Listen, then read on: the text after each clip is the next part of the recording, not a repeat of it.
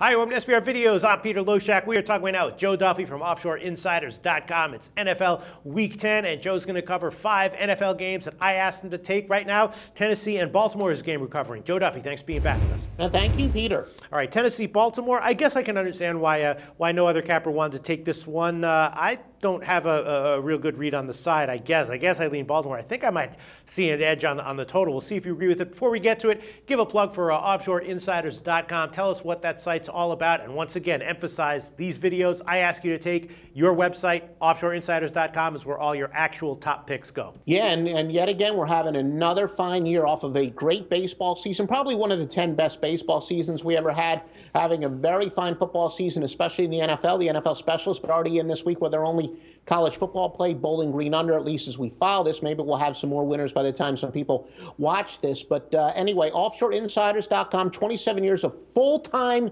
experience, Joe Duffy's picks. All right, Joe. Well, Tennessee, Baltimore. Right now, Baltimore is a 9.5 or 10-point home favorite. Total's 43.5 or 44. And the Ravens, of course, got crushed by Pitt last week. And, the Ravens are slumping now. They've had 2 straight losses. Titans are coming off a bye, and the Titans are just kind of, in general, just bad, right? They're 1-5-1 against the spread in their last 7 games. So you got to figure there's going to be a bounce back by Baltimore here. The Titans are, though, off a bye, and 9.5 and 10 is a big spread in the NFL, though. My thought when I first saw this line, I did bet it pretty heavily, is, if the Ravens are going to have a bounce back here, at the very least, they're going to step it up on offense, if not defense as well. Titans off a bye, probably they solve some things on offense.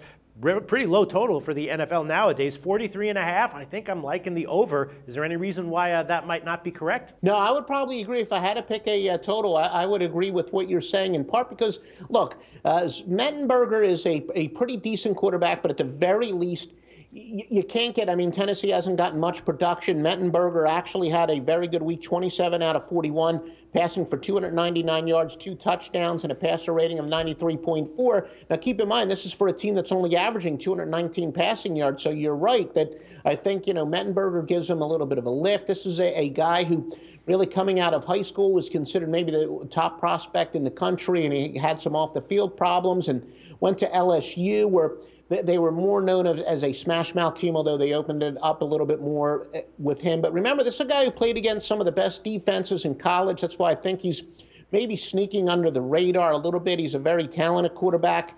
Time and time again, we tell you, and this same theory applies, it's a little bit adjusted in basketball because we're not talking about when they play once a week. But what do we say about buys in football or rest in basketball? It benefits teams that need it the most. But, unlike somebody like Colin Cowherd from ESPN, who a lot of times when he picks games, he makes statements and just presents them as fact. And if you got the software to look them up, often they're not true. But an underdog of 6.5 or more with a winning percentage of 333 or less, coming off of a bye, is 48, 20, and 2 against the spread. That's 70%. It's got a Z-score of 3.35. So, yeah, this is a case where Tennessee, and history proves it, similar teams under similar circumstances, they use the bye to improve. Like I said, Mettenberger, a little bit better than anything they've had so far. So I actually think Tennessee is definitely the smart play here. And keep in mind, just as a general rule of thumb, going against a lot of people, by the way, a lot of people are going to assume that Baltimore is going to bounce back. That's one of these myths that people say, okay, a superior team is off of a loss. They're going to take out their frustrations on the inferior team. I ran a bunch of different ways to define a big loss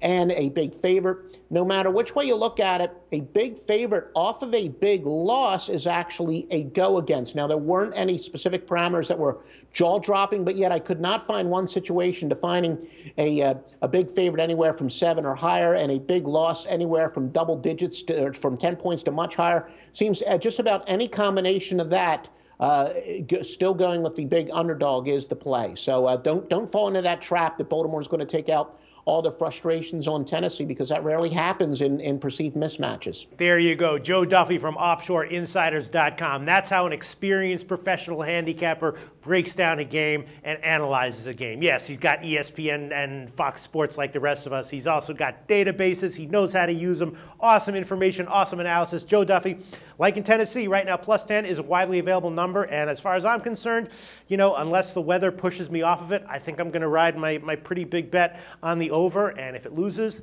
it'll be another NFL loss for me. What's new? All right, thanks so much, Joe Duffy.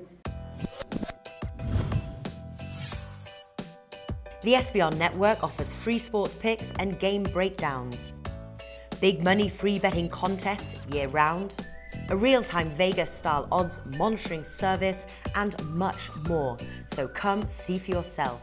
To stay updated on SBR news and promotions, follow us on Twitter, Facebook, and Google+, and do be sure to subscribe to the Sportsbook Review YouTube channel to catch all our daily sports shows.